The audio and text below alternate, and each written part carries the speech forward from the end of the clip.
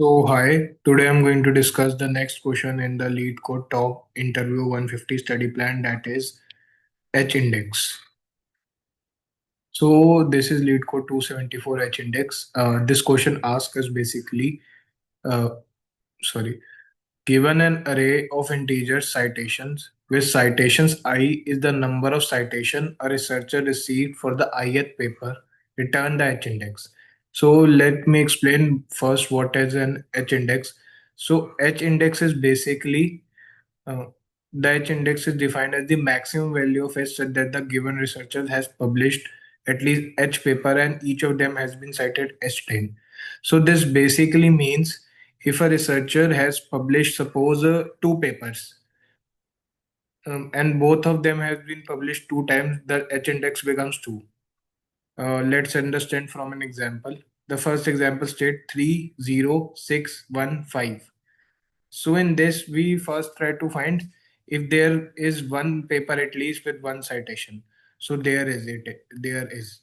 Then we try to find are there at least two papers with at least two citations. So like this paper can't be counted, and this paper has zero. So then we can count three and six because they both have more than two citations. So it can be counted. Then we need to try for three. Then we try for three. We have three here, more than three here, that is six. More than three here, that is five. So now the H index becomes five. Sorry, three. So then we try for four. But as we can see, there is only two indexes with more than four or equal to four. So the H index, we stop here and we decide the H index becomes three. So the largest index which has uh, maximum value of H that a given researcher has published at least H paper has, and each has been cited H times. For the second example, they have given 131. So let's try for H index 1. When we try for 1, we have one paper with 1, so it is satisfied the criteria. Then we try for 2. By trying for 2, we have only have one paper that has more than or equal to 2 citations, that is 3. So we stop here and decide the H index, the final H index will be 2. Sorry, 1.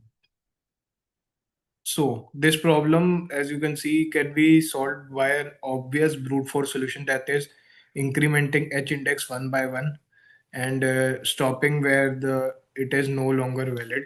But it would lead to high term tie complexity because where we will be going over the array. If, for example, each of them is greater than 5, we will be going through the array at least 5 times and iterating through all the elements. So the time complexity will be around n square. So we don't want that. We want an optimal solution. So what we can do here is we can first sort the array. By sorting the array becomes something like 0, 1, 3, 5, 6. So now that we have a sorted array, what we can do is start from the end instead of the beginning. So it does it. For example, we start from 6. We count. There is a let's by starting from the H index or the answer is 0, assuming there are no publication by researcher with at least uh, X citations or Dutch index citation. For example, if we start from 0, then 0 citation, then we try for 1. If it's satisfied, we increment it at go further. For example, we start from 6, then we increment it and decrement the counter such that it now comes to 5. Let me do a dry run instead for more clarity. So after sorting, it becomes citations is equals to 0, 1, 3, 5, 6.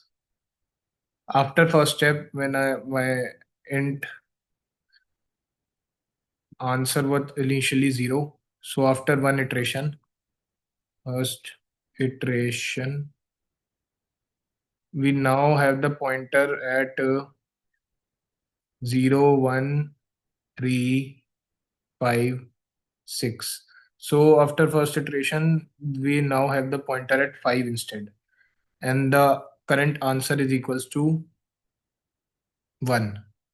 Then at the second step, what we do is answer was initially equal to 1. Second iteration. So now the pointer is at 0, 1, 3, 5, 6 at 3. And now the answer becomes 2. Similarly, we stop when the current index is greater than the h index, the current h index. So we know ki if we start from here, we can never have a number of obligation equal to that. So let's now try to code it up. Let int let the h index answer or the answer is equals to initially be 0. Then we define the size of the array citations dot size. After doing that, we need to sort the array. To sort it, I'll use the library citations dot begin citations dot end. So now when I'm done with it, I can start iterating from the end of the array, that is n minus 1. I is greater than equal to 0 and I minus minus. Sorry, wrong brackets. Okay, yeah. So now when I'm done with this, what I need to do is if uh, citations dot I